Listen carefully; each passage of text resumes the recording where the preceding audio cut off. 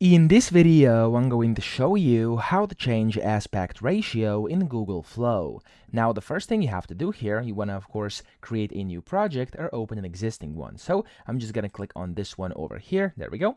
And then to actually change aspect ratio, you first want to type in whatever you want to create. So, for example, an image and then whatever the image is. And then from here, you want to click on this settings button just next to this send prompt button. So click on the settings. And as you can see over here, on the right, there's the image generation default, which allows you to switch between a few different aspect ratios. So you have 16 by 9, 4 by 3, 1 by 1, 3 by 4, and 9 by 16. So you have from horizontal, you go towards the vertical. And then if you're actually generating videos, you can change this between 16 to 9 or 9 to 16 down here at the bottom as well. Okay, so that's essentially how you do this. I hope this video helped you out. If it did, please subscribe to the channel and help me out as well.